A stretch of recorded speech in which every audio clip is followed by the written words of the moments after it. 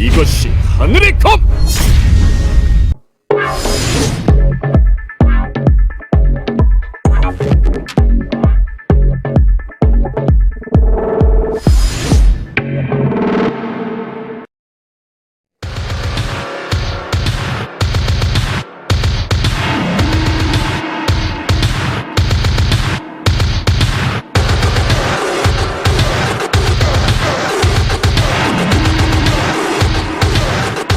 Welcome back, ladies and gentlemen, to the 2016 League of Legends KeSPA Cup.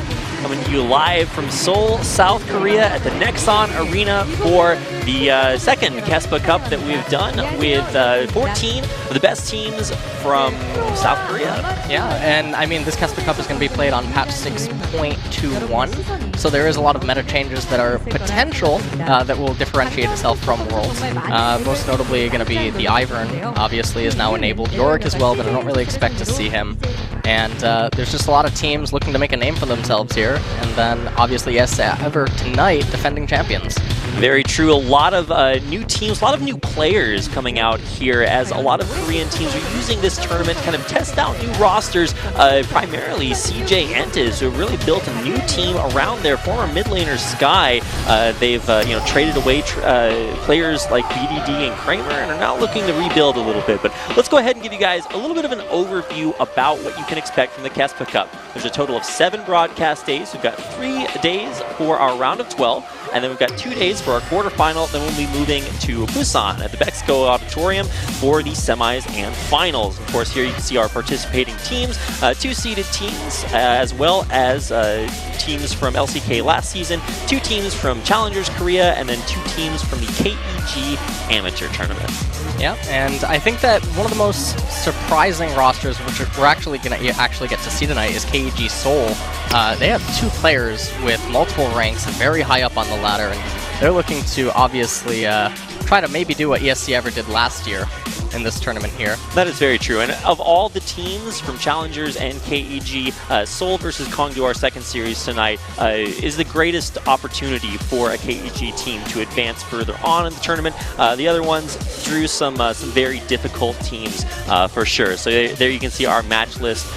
Those will be today, tomorrow, and the next day. And then, of course, we'll move into our playoff bracket. Of course, here are your teams. You can see them now on your screen. This is ESC Ever. Totoro will be playing in support, and of course Loken, Tempt, Bless, and Crazy all coming back from last season.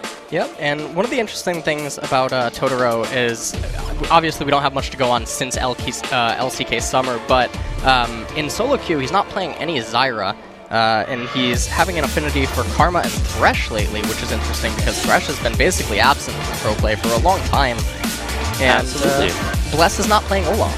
Oh my goodness. Well, I guess that makes us a little bit happier. But let's go ahead and talk about our second team for our first series tonight. This is CJ RO.12. They've actually changed up the coaching roster a lot, and you'll see that they've changed the team up a lot as well, with Soul, Reach, Momo, and Mad Life coming in, with Sky and Mad Life really being the only 2 returning members of the previous season of LCK's roster. Yeah, and this is going to reach his debut in Korea. Formerly he played in Turkey. And unlike he shares the same name as his coach. But, yep, now we're going to go to the players.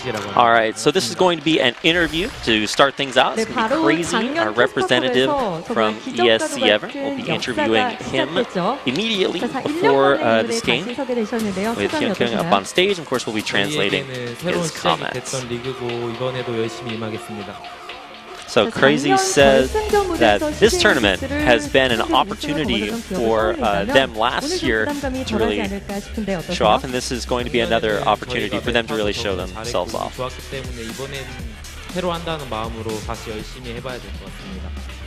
Now, last year he feels like they adapted really well to the meta, but this year they're going to try to have a fresh start or a new beginning this year. This is Mad Life from CJ RO.12. 로스터가 대폭 변경됐어요. 매드라이프 선수 개인적으로 좀 기대하고 있는 선수가 있나요? Now, there are a lot of changes to the CJ roster. Who is Mad Life looking forward to seeing play the most? 작년 He KeSPA Cup says just in 결승전에서도 general, all the 아쉬움을 new 거머쥘 수밖에 players 없었던 are a CJ lot of NTS에게 오늘 changes to 개막전 work with, 임하는 but 각오가 he's looking 남다르실 것 forward to 같은데요. playing with the 각오 new 말씀 players on the team. 들어보겠습니다. 작년에는 좀 무기력하게 So any 졌는데 words for moving forward in the 이번에는 tournament? 개막전이기도 하고 많이 열심히 최선을 다해서 이겨보도록 하겠습니다. 네, 매드라이프 And 선수 he 인터뷰 says, 감사합니다. you know, this is the opening match of 자, the 그럼 tournament, so I'm 지금부터 going to try my 2016 best 미국 and try to 월드컵 win. 12강 So some 개막전 fairly 경기 standard ESC와 interview CJ questions 경기 for 함께 our 지켜보시죠. players that are representing our first two teams here tonight. Now we get the chance to come all the way across the auditorium for a little bit of an interview with us.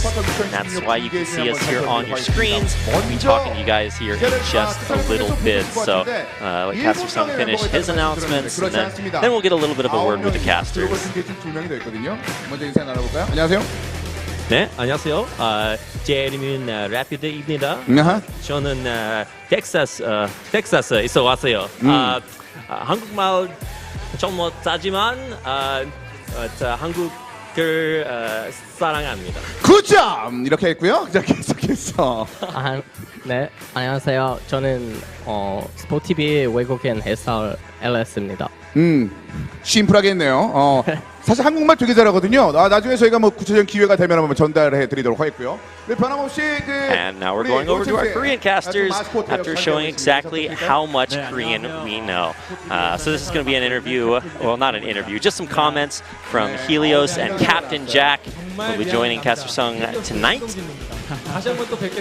We're also advertising our sponsors at the same time as our amazing Korean casters. We'll also be advertising the ways that you guys can get involved with the KeSPA Cup on social media. You can head over to Twitter, use hashtag KeSPA Cup to tweet about tonight's games at KeSPA or at KeSPA-EN.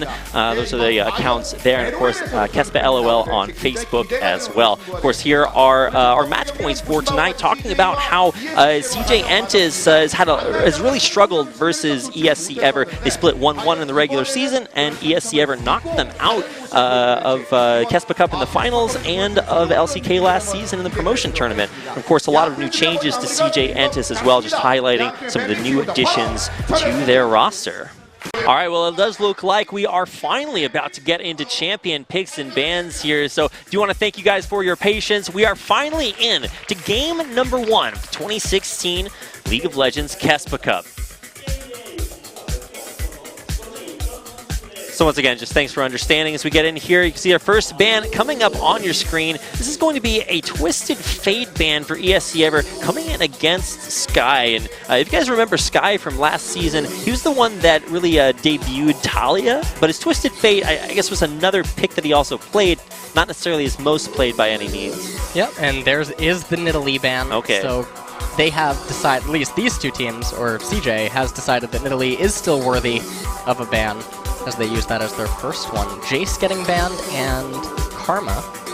The Jace probably about to show up on this screen right here in a second. And there's the Karma.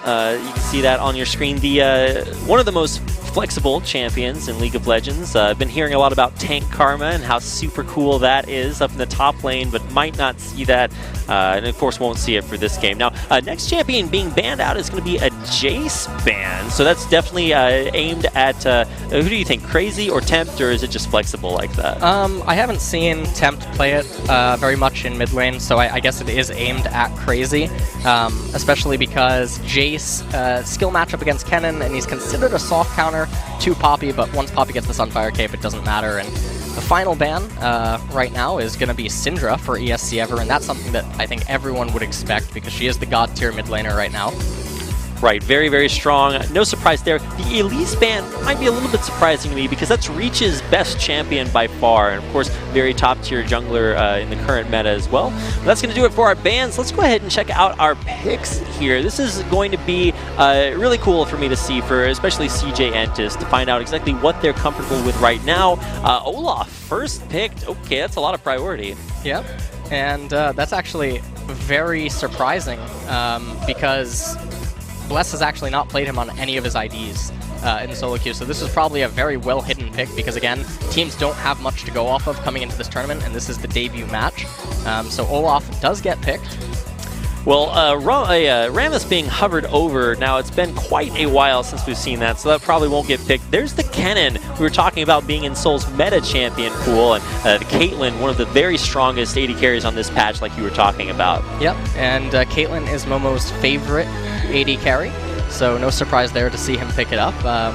And the Kennen definitely going to be a comfort pick for Seoul up there in the top lane. Right. It should clarify. Yeah, there we go. Just changing it up there on your screen so you can actually see we've got Kennen and Caitlyn locked in. So some big picks last season for ESC ever, along with Ian from MVP. Tempt also shares his affinity for Varus in the mid lane. So might see that as one of his strongest picks there. We also got a chance to see him play a lot of Malzahar as well. What do you think of Malzahar in the current meta? Malzahar is a champion I was actually having some conversations with people the other day about, where he didn't really suffer too many nerfs and yet he dropped off the face of the planet. Right.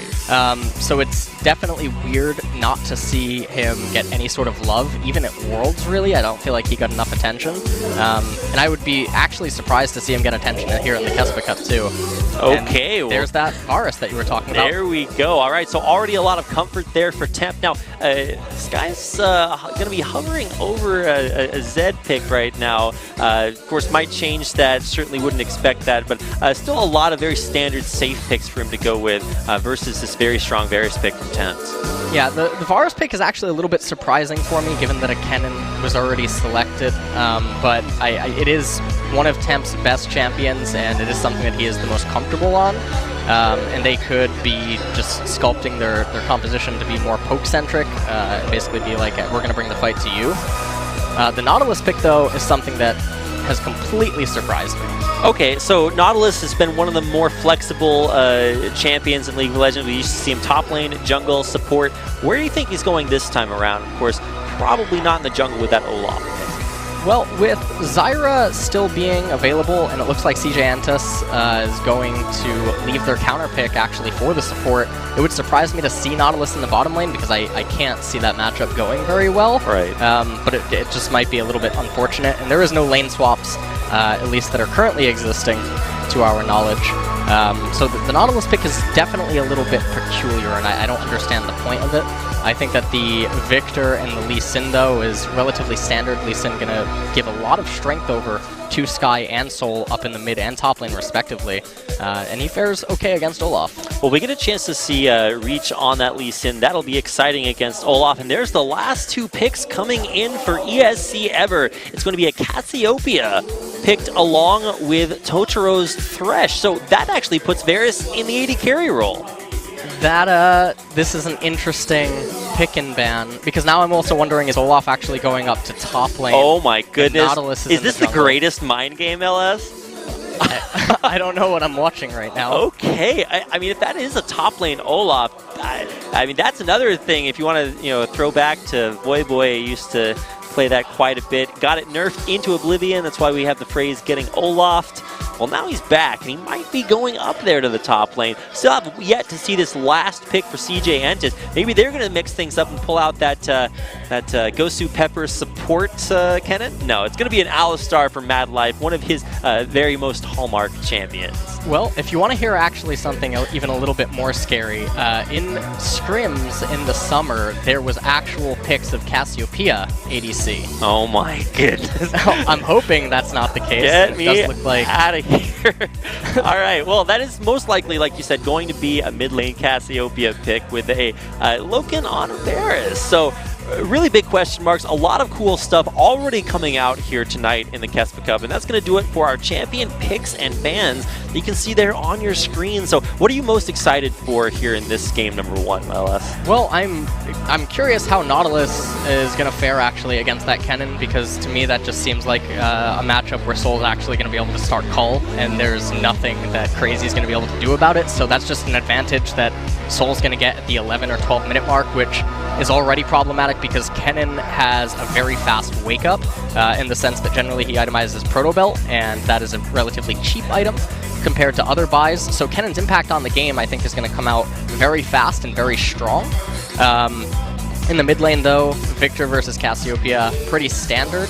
But the bottom lane matchup is completely alien to me. That's just not something I was expecting to see. Oh boy, well let's go ahead and get ready for our first game in our first series of this 2016 KeSPA Cup. You can see a roster there for ESC Ever on your screen. Some interesting picks for sure. Of course, they'll be going up against CJ Entis, some old names, and of course some very new faces here in Soul, Reach, and Momo debuting themselves on the CJ Entis roster. That's going to do it for our teams and the champions you can see there on your screen. So get out there, tell your friends, KeSPA Cup is coming back, and you do not want to miss this game number 1 between CJ Entis and ESC Everett. Looks like now that both teams are ready, good to go, we are as well.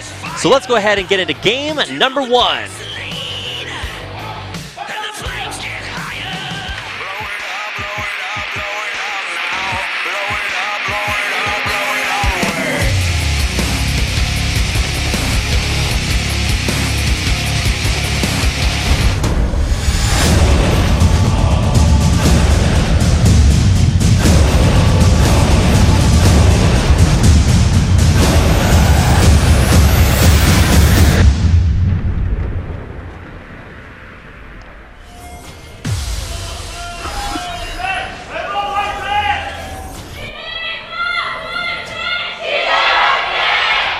Huge cheers for both teams. We get this KeSPA Cup underway. Welcome, ladies and gentlemen.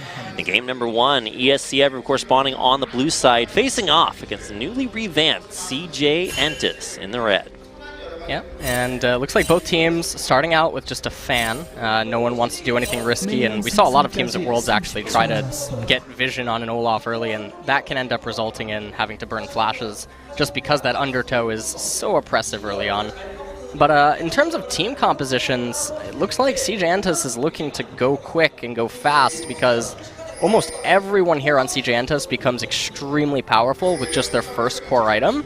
And that Kennen, no call for him, but definitely looking to make an impact on the map early. So a couple of interesting things to talk about here. We were discussing beforehand how very strong Caitlyn is in this current meta. One of the top tier, if not the best AD carry right now. Of course, that's matchup dependent, but what about this matchup? It's been so long since I've seen an AD carry Varus because it's so usually played by Temps. Yeah, Varus was a champion that was rumored to actually potentially come out at Worlds, but we didn't get to see him at all. And so now we are going to get to see how does Varus actually do. And Thresh, also a champion that's been missing from the meta for a while. So it's going to be, it's going to be new for me as well to see how Caitlyn fares against Varus and what Varus can do to Caitlyn because she is the best ADC right now.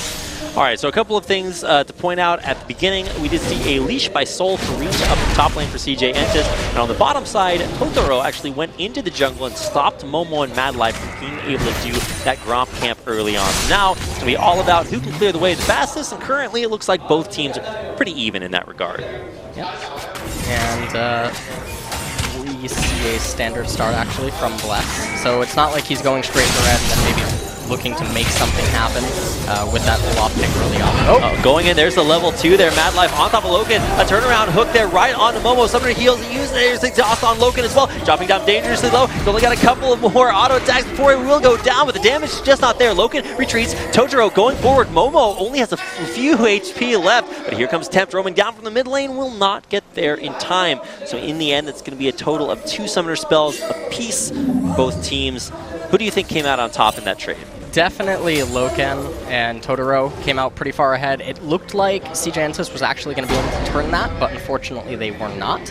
And now because Loken on Varus threatens lethal in a way that Caitlyn can't respond to because of the range, it becomes extremely problematic for them in the bottom lane. That's really interesting to think about because there aren't very many AD carries that do have that kind of range that he does offer. And of course, one of the biggest storylines that we have coming into this particular matchup is between ESC Ever and CJ and their history, because ESC Ever has really kind of had CJ's number every time they've met. CJ picked up 1 series win against them during the regular season, but aside from that, ESC Ever, they knocked them out in the 2015 League of Legends KeSPA Cup to claim the Grand Final Championship, and then relegated them this past season. So really a lot on the line here. CJ, look for revenge. Yeah. and now Bless is down here in the bottom lane. He might be actually trying to bait out Mad Life to go in. Oh, Totoro in a great position, plays Alistar backwards. Mad Life in a little bit of a rough spot, will get slowed down. He does not have his level 6 ultimate. He is in a, like I said, a little bit of a rough spot. Now here comes Reach. Can they turn this one around? It's a 3v1, and Reach kind of ditching his support counterpart, and Mad Life will give up first blood to ESC Ever. Yeah, and this is really problematic because it gives away Reach's root now, and he's also down a level, and this is even worse. That last second juke there, Tempt. I don't know if you, did I see that correctly? He just moved barely out of the way of the Sonic Wave. So sick. Yeah. That was definitely good because that could have gone a lot worse for them indeed. And this was an interesting setup. As you can see, Bless did not take the Lantern, and Mad Life tried to get away, but he wasn't going to be able to. And I don't think that Totoro's flash was actually necessary. I think that they could have caught him without that because it's not like Lee Sin is going to be able to actually threaten that much damage. And even Mad Life's flash, he flashed towards Reach, and Reach just didn't commit either way. So it might be a little bit of miscommunication. Either way, first blood nonetheless does go over to Bless. So Reach, he's on the PvE Lee Sin so far. He did have that gank in the mid lane to force out Tempt's Ghost, but Ghost actually has a pretty short cooldown, so even that'll be up pretty quickly. Yep. And Sky with a very unusual Ionian Boots as his first recall on Victor. Generally, Victor wants to get to that Hex Core, but maybe he didn't have the gold necessary to do it. So there is going to be a little bit of stun in his power. Oh, sick grab right there onto Momo. Takes out half his HP, and of course the mana bar used to get himself away with that 90 caliber. Yep. And up there in the top lane, I don't feel like Soul is actually getting enough of a lead that you would expect Kennen to get in that matchup. So that's also going to be problematic. So Reach is actually under immense pressure to make something happen because for a team that wants to be ahead at their first core item, they're not setting up to be like that. So ESC Ever is going to get away with massive scaling. Oh, and we should talk about that scaling. Nautilus, not a champion that you see up in the top lane very much, but as this game goes on, if Kennen doesn't get ahead, is that one of those scaling matchups that's just going to become gigantic? Yeah, I feel like Nautilus's scaling is probably going to get out of control, and because of his ultimate, I don't feel like they have a reliable enough way to protect Momo in the later stages of the game, and trying to escape a Nautilus ult and Bless's Olaf just charging at you. Here comes that Nautilus ult you were talking about. Final knock up there onto Soul, force a flash back to his turret. So there we go. Bless continuing to be effective out on the map, making things happen. Reach kind of struggling in that regard. He does have pink wards on some of his ganking routes, but will be scouted as he comes here to pressure Tempt. And Sky is actually just doing an excellent job here in the mid lane against Tempt, and that's pretty surprising because generally you would expect the Cassiopeia matchup to go a little bit different, although there was jungler influence.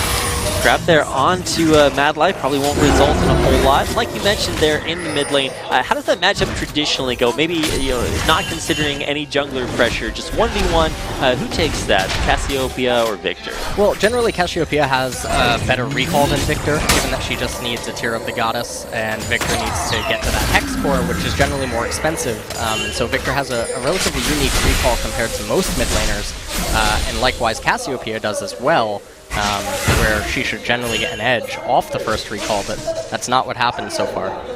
And so with these Ionian Boots of Lucidity bought by Sky, he's going to be able to spam out more lasers, but they're not going to do it quite as much. Uses all of his mana just to pressure Tempt a little bit there in lane. Will chunk him out, but with no more mana, Sky is not going to be in that lane for much longer. Yep. He is definitely hurting, however, blue buff is coming up.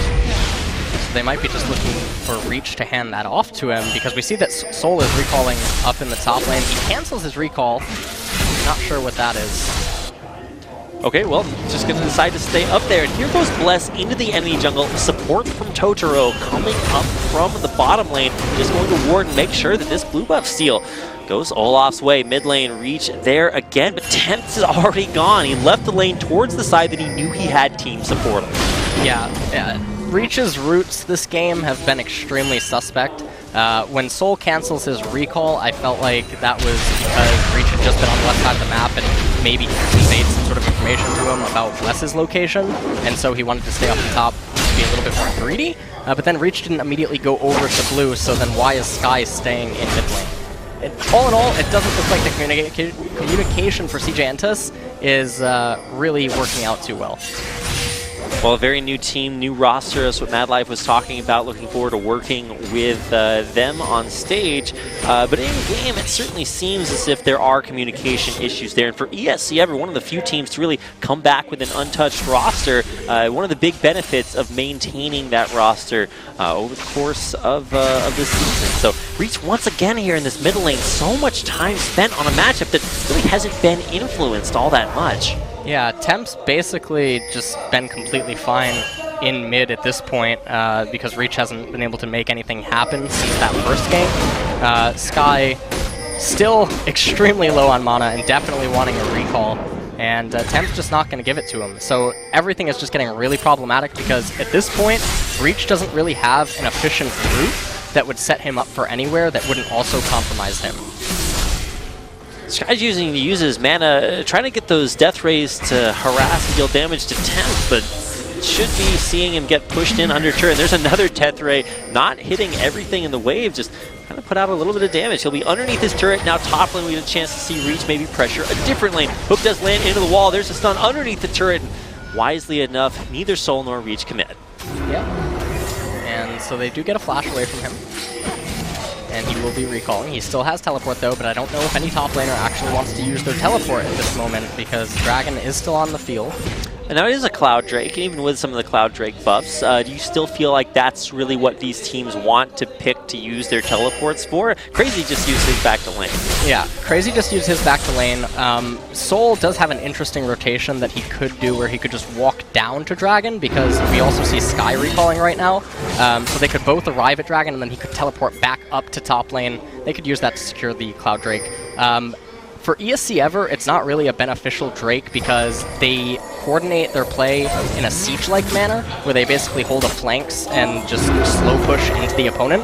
But the Cloud Drake is certainly very strong for CJ Entus' team comp. Now you got a chance there to see the gold values on both teams. Over 1,000 gold in the lead. It's Bless over Reach. Certainly one of the matchups we need to keep an eye on. And doesn't look like he's having too much of an issue too far. That's a first item, Righteous Glory on Olaf. How does that fare as far as Olaf builds go? It's pretty standard. He does have some build variations that he can go, but given that he does have a lead and also a CS advantage over Reach so far, the Righteous Glory is going to make it really problematic for Momo and Sky when the team fights do start breaking out in just a few minutes. And certainly it looks like they want to take down that tier 1 bottom turret, and I don't know if CJ Entus is going to be able to prevent First Blood Tower from going over to ESC. Certainly shoving it deep underneath there. Reaching the jungle on the bottom side, so might be in range to help out a little bit. But we've seen the first few recalls from just about everyone. Some big completed items out there. We talked a little bit about this mid lane matchup, Sky versus Tempt.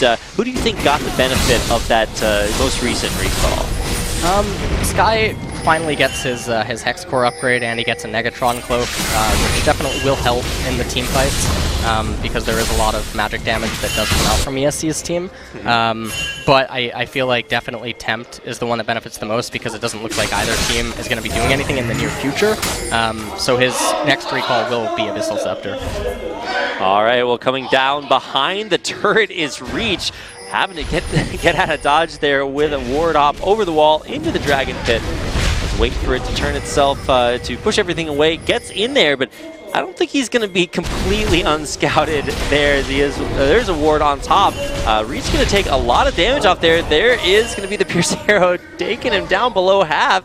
And Reach, very weak, has to once again get out of, or stop what he was doing. Tried to gank bottom, didn't work. Tried to take the dragon, didn't work, and really completely ineffective to scam.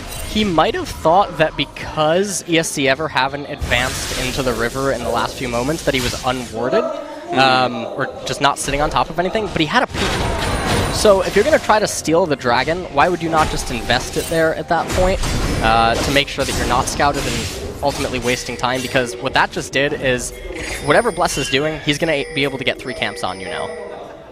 Absolutely, and of course already on top of, ahead in CS, not going to help reach out anymore. Now, he does complete his jungle item, whereas Bless is just completely not invested in that, going for that Righteous Glory, and so maybe Reach with some aggressive possibilities here, but not really any lanes for him to walk to right now. Cassiopeia at his turret, bottom lane, not an issue right now, and so what really is there for him to do? Honestly, I don't know. I think that a lot of the problems stem from the gank that occurred in the bottom lane early on, because I think in an ideal world, Momo would just be able to farm out the lane or attempt to solo, and Madlife with his exhaust can roam mid a lot with Reach and just set up infinite number of ganks on Tempt. But doesn't look like anything's really happening, and for a team composition that wants to be extremely aggressive versus a team composition that wants to be extremely defensive, definitely ESC is getting the better of them. Okay, a very good job staying back, not really too affected by the ganks that Reach has been able to put out. Staying calm, cool, collected, farming up in lanes, and really as far as lane phase goes, it looks like it's pretty good here so far for ESC Ever. Top lane might be, Soul starting to get to the items that he'll need to impact team fights, but certainly doesn't look like Crazy's been having too much of a problem with that Nautilus pick. Yep, not at all. And now looks like Sky just recalled again. And he doesn't really get too many new stats. He does get another Hex Core upgrade and Amplifying Tome.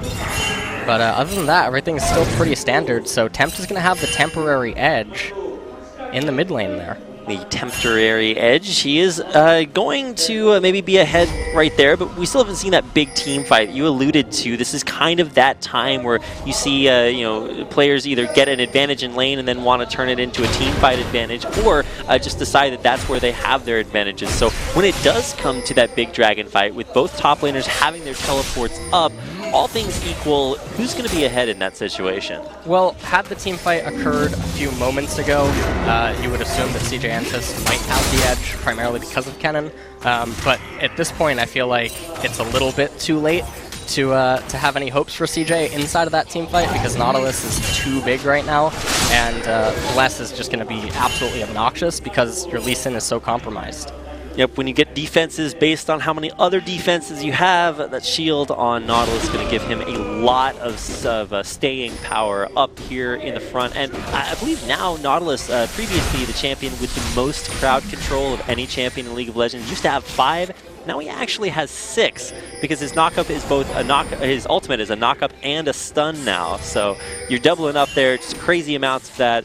Don't want team fight with something that is quite that strong. So neither team really committing here for the Cloud Drake. It does look like the vision control definitely in ESC Ever's favor. Do you think that now that they're calling Crazy down from the top lane, they're going to look to force or change things up here? Yeah, he's just looking for pink wards right now. I think that they're completely content to just keep the laning phase going as long as possible, because it benefits them infinitely more than it does their opponents. Another thing about Varus' build order is we can see the Yumu's Ghostblade completed for him. He's also going to be able to get the Maw, which is going to give him, and there, speak of the devil, there's the Hex Drinker. He opts for Serrated Dirk instead. But we are going to be able to see Maw come out, which is going to be very problematic for Kennen and Victor to be able to deal damage to him. But CJ Antis is not going to get a lot of armor items, so Varus is going to hit like a truck. Alright, well this is before the lethality changes that are going to be coming in the next patch, so flat armor penetration is still super, super good. So it's going to be cool to see how Loken utilizes that. On an AD carry, we don't get to see a whole lot. Now here comes Reach back to the mid lane. Now, I don't think, okay, well now he's going to be scouted out as he walks over that pink ward, but man, Reach has just not been a factor so far this game. Yeah, the Lee Sin pick not really doing anything. And it almost makes you question, why did they pick it, or why did they draft this way? And this has been a problem for CJ Antis in LCK Summer, where their drafts are always a little bit suspicious relative to how they elect to pilot them. If I'm not mistaken, ESC Ever did this Varus sneaky swap play once during the regular season last well, not last year, but last season. And I'm not sure exactly what the result of that was, but kind of cool to see it come out here and really not punished in any way. Loken gets to play that Varus. He's very, very strong right now. He's up about 50 CS in that matchup. Is that something that you would have expected to fare so well against Caitlyn? I would not have expected this kind of a lead, but after the first game, obviously CJ RO.12 is going to be hurt, and you can only assume that Loken's going to get a lead. I was actually a little bit surprised, though, that he didn't opt the call at any point, given the advantages that he had. So even though there is a CS discrepancy between Momo and Loken, that call certainly will soften the blow a little bit. All right, well, here comes Reach. This is going to be his opportunity. The forward jump, the kick, the flash, the perfect execution combo there with Sky to give him the first kill for CJ RO.12. Yeah, and that was actually very, very clean, so definitely trying to make up for everything else so far this game. All right, now Bless forced to ult. He's running back to his team. No turnaround there to punish CJ RO.12. You get another great stoppage, and here comes his Cloud Drake. Yep. So the Cloud Drake is definitely going to be good for them. A little questionable why they teleport down Soul. That almost seems entirely useless. Moral support, man. Oh. Gotta have. He's the soul of the team. Okay.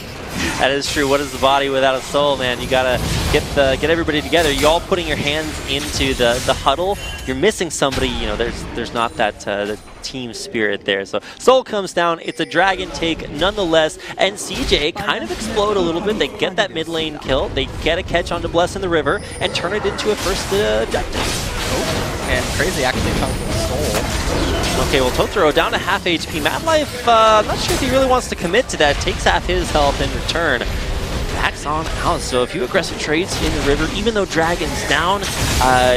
We haven't seen the first two turrets fall taken by ESC ever. Does that first Cloud Drake and that kill coming that way kind of equalize things for CJ? No, it opens up the map. Well, CJ's map is more opened up than ESC ever's is, which is problematic because CJ RO.12 is the team that benefits from being able to run around, control vision, and try to set up plays. The fact that ESC ever now has the ability to use top and bottom tier 1 turrets as like a sacrificial pawn is even more problematic because it becomes increasingly more difficult for CJ RO.12 to actually set up plays now with that cannon. Especially without the teleport there on Soul, going to be more difficult to get into these team fights in flanking positions like he doesn't want to be. And like you said, for ESC ever, all they have to do is just play defensive, let the scaling of their champions continue to get up there. I mean, Loken is just having a ball. Nobody can stop him now when it comes to the farm department, already with that Maw like you were talking about earlier, and really no lane too impacted for ESC ever in this first 20 minutes. Yeah, and we see a Negatron Cloak on Bless right now. I wouldn't be surprised if he actually just goes Guardian Angel. He already has enough hit points, and the Guardian Angel would actually enable ESC ever to bring the fights to CJ a lot sooner than they would otherwise be able to. And that would basically make it so that they don't have a proper response to Olaf. All right, well, Sky checking over the wall there to check for Olaf. Finds Bless on that side. Reach, of course, on the other side, still kind of guarding that mid lane as the last remaining outer turret for CJ RO.12. Rotating down bottom. Here comes Bless. He's going to go, his ult, or that was Righteous Glory and his ultimate. I guess he didn't expect Reach to be there because that was a quick U-turn there. Yeah, definitely unexpected. They had teleport up on Crazy, so had Bless been able to get onto Momo, then a lot of fireworks when it would have went off across the map. Okay, well now it's Sky's turn to be in a little bit of a rough spot. Does throw down that gravity field, but here comes Soul. Might be able to turn this one around. Flash out of that cannon. It's not going to be locking him up, and that is a huge turnaround. ESC ever, 5 men out of nowhere. That was such a beautiful setup and execution by Crazy and Temp. The ultimate was perfect, and Soul just basically flashed right into his death. That was really impressive by Tempt as well, to get in there, get the kill, flash right over the gravity field, safe positioning because the rest of his team had rotated up. Beautiful communication by ESC ever, cracked that mid lane wide open. Yeah, and right now, CJ RO.12 is really in a very bad spot. We're just seeing the replay again, so the hook from Crazy, absolutely perfect. And look at that Cassiopeia ultimate, and Temp manages to get out before getting locked up by the cannon ultimate. Reach lands a Q onto Temp, but that doesn't really matter. He's not going in there. Yeah, no, we didn't get a chance to check Bless, getting a little bit caught out when he goes to check the Baron area just to make sure that's safe and warded up. He does escape with his life, but man, just incredibly well-played team fight there. Not a whole lot of counterplay for Sky, who he was like, well, I still have Flash, but where would he realistically have gone? Because ESC ever completely surrounded him at that point. Yep. And now as the itemization moves forward for everyone, it's a little bit interesting that Loken hasn't changed that tier yet. That's the only surprising thing so far for me. But at this point, when the scaling team is ahead 6,000 gold, and there's an Inferno Drake coming up, I don't really know what CJ can hope to do to crawl their way back into this game other than some ungodly setup with Soul, getting a flank perfectly onto ESC. And this is Inferno Drake with the carries for ESC ever being carries that are going to just get so much AP and AD, which is just going to be amplified so much. Looking a little bit rough here. CJ have shown that they do have some clean execution when they made that pick in the mid lane, got the little bit of a rough spot in the river and took the dragon, but that's the Guardian Angel you were talking about, Ellis. Yeah, there's the Guardian Angel for Olaf, and I'm a little surprised actually that Crazy isn't electing to go it as well, because they're so far ahead right now that their stats are already abnormal. So they don't need to actually build offensively, because Tempt and Loken are going to do all the damage anyway, and CJ Antis is really far behind in the stats department. Oh, okay, Reach. You're cool. Gets the last second smite there on the Wolf Camp, so that Soul will be scouting things out. Speaking of Soul, there he is, waiting at the second tier turret, cold, alone, helpless. Not a whole lot of help coming his way this game. Yeah, 18 seconds until the Inferno Drake spawns, and Loken is pretty out of position, but they might just assume that they can burst it down without him.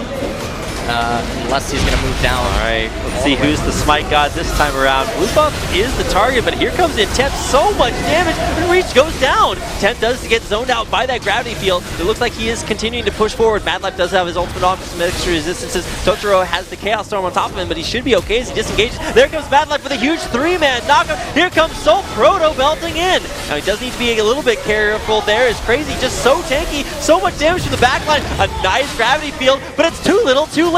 There's the Marisol locking down Sky, and Loken coming in to finish off what is a 4-for-0 exchange for ESC ever. Yeah, and I think that's going to be lights out for this game. Loken already in mid lane, shoving that wave into the middle tier 3 turret, and Bless is going to solo this Inferno Drake, so everything going wrong right now for CJ Entus across the board, and they're going to lose bottom tier 2, and that was really just weird how they basically won a 4v5, and then Loken showed up and he was like, guys, I'm helping.